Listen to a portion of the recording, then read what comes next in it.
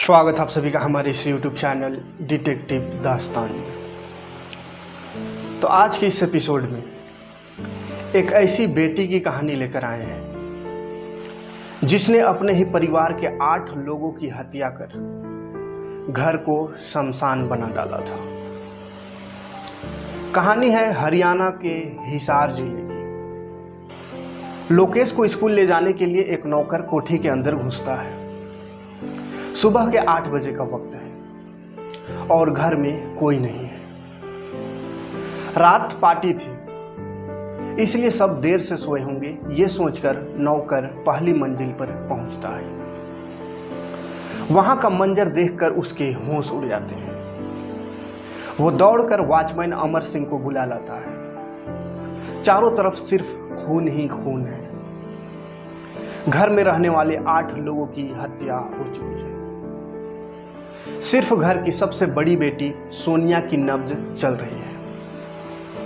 वो दरवाजे के आगे बेहोश पड़ी है।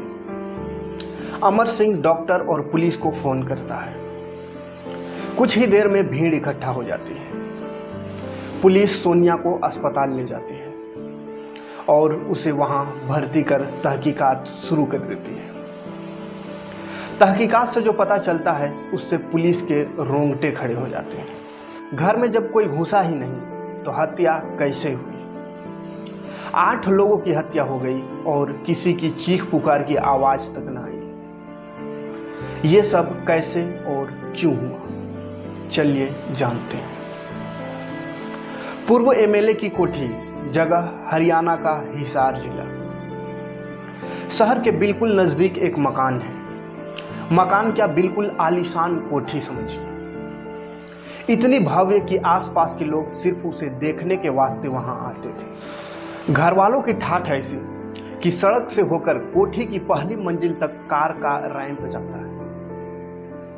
यह मकान कभी पूर्व एमएलए रेलूराम पुनिया का हुआ करता था, जिनकी शुरुआत कभी एक ट्रक क्लीनर के काम से हुई थी।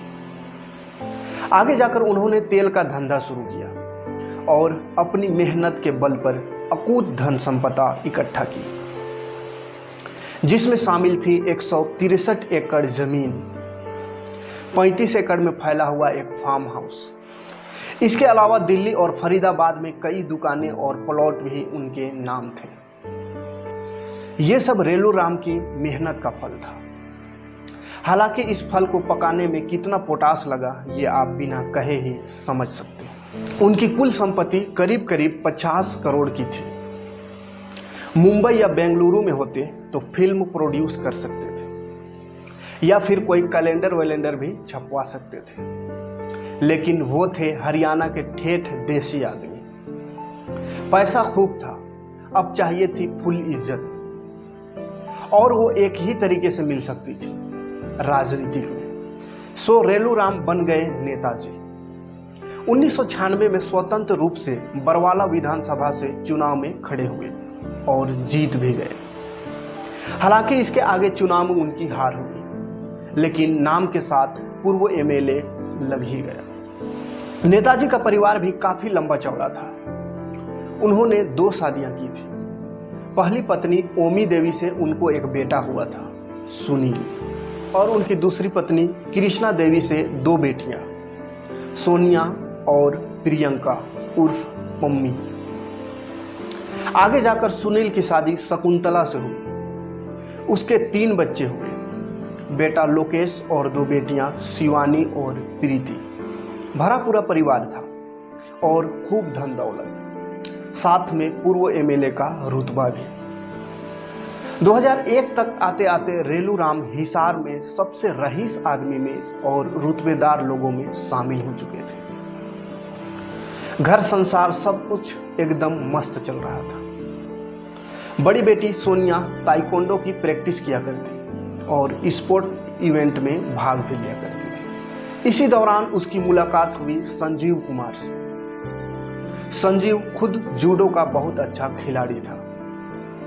खेल के मैदान में ही दोनों को प्यार हुआ और शादी भी कर ली। संजीव एक मध्यम वर्गीय परिवार से आता था और सोनिया ठहरी नगर सेठ की बेटी। इसलिए रेलू राम ने हर तरह से इस शादी की मुखालफत की। बस एक कमी रह गई कि फिल्मी स्टाइल में संजीव को ब्लैंक चेक काटकर नहीं दिया। हालांकि ऐसा कर पाने की पूरा हैसियत थी। स्पोर्ट में भारत का हाल तब और भी बुरा था।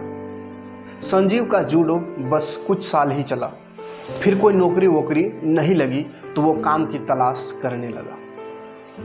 ससुर रसूख वाला था, पर कहीं कोई बात बन नहीं पा रही थी। नतीजतन सोनिया ने पिता से कहा कि फार्म हाउस की जमीन बेच दे, जिससे संजीव कोई धंधा कर सके। जमीन के मामले में भाई भाई की लड़ाई आपने सुना ही होगा। यहाँ मामला भाई बहन के बीच था। स्त्री अधिकारों के हिसाब से ये अच्छी बात थी अगर लड़ाई सिर्फ बातों तक रहती। सोनिया के सौतेले भाई सुनील को जब ये बात पता चली तो बुलेरो लेकर सोनिया के पास पहुंच गया। दोनों के बीच जमीन को लेकर कहासुनी होने लगी। कुछ ही देर में बात इतनी बढ़ गई कि सोनिया ने अपने पति का रिवॉल्वर निकाल लिया। शुक्र की बात है कि उस दिन कोई अनहोनी नहीं हुई, लेकिन यह अच्छा हुआ या गलत, यह आने वाले भविष्य को तय करना था। खैर, इस कहासुनी के बाद सुनील वापस घर चला गया। उधर सोनिया गुस्से से बिलबिला उठी थी। उसे लगा कि अब सीधी उंगली से काम नहीं चलेगा और अब जायदाद पाने का एक ही रास्ता है, वो ये कि पूरे परिवार को ही रास्ते से हटा दिया जाए। ये बात उसने अपने पति संजीव को बताई, जिसे सुनकर पहले तो संजीव ने आनाकानी की, लेकिन अंततः वो तैयार हो गए। इस काम को अंजाम देने के लिए 23 अगस्त का दिन चुना गया। इसी दिन सोनिया की बहन पम्मी का जन्मदिन होता था। साल था 2001। दोनों ने सोचा इससे अच्छा मौका उन्हें दोबारा नहीं मिलेगा। उन्होंने बिना रेलू राम को बताए एक पार्टी का इंतजाम किया। पम्मी स्कूल के हॉस्टल में रहती थी, इसलिए सोनिया हॉस्टल गई और उसे फार्म हाउस ले आई। रात को खूब आतिशबाजी की गई, खूब गाना बजाना हुआ। देर रात खाने के बाद सोनिया की फरमाइश पर खीर बनवाई गई। खीर खाने के बाद सब सोने चले गए, लेकिन उन्हें पता नहीं था कि सोनिया ने खीर में अफीम मिलाई थी, जिससे सभी लोग लगभग बेहोश से हो गए। सोनिया ने संजीव से कहा यही मौका है, और वो अपने रिवॉल्वर ले आए। संजीव ने जवाब दिया कि घर में कुल 8 लोग हैं और उनके रिवॉल्वर में सिर्फ 6 गोलियां। इसके बाद सोनिया गैरेज में गई और लोहे का एक रोड ले आई, और फिर शुरू हुआ सोनिया और संजीव का खूनी खेल। सबसे पहले दोनों रेलू राम के कमरे में गए, जो गहरी बेहोशी में था। सोनिया ने संजीव को लोहे की रॉड पकड़ाई और पहले पिता के सर पर वार करने को कहा। संजीव ने रेलू राम के सिर पर रॉड से वार कर दिया। पिता के बाद अगली बारी मां की थी। कृष्णा देवी का कमरा बगल में ही था। दोनों उनके कमरे में गए और सोनिया ने एक तकिया लेकर कृष्णा देवी के मुंह पर रख दिया।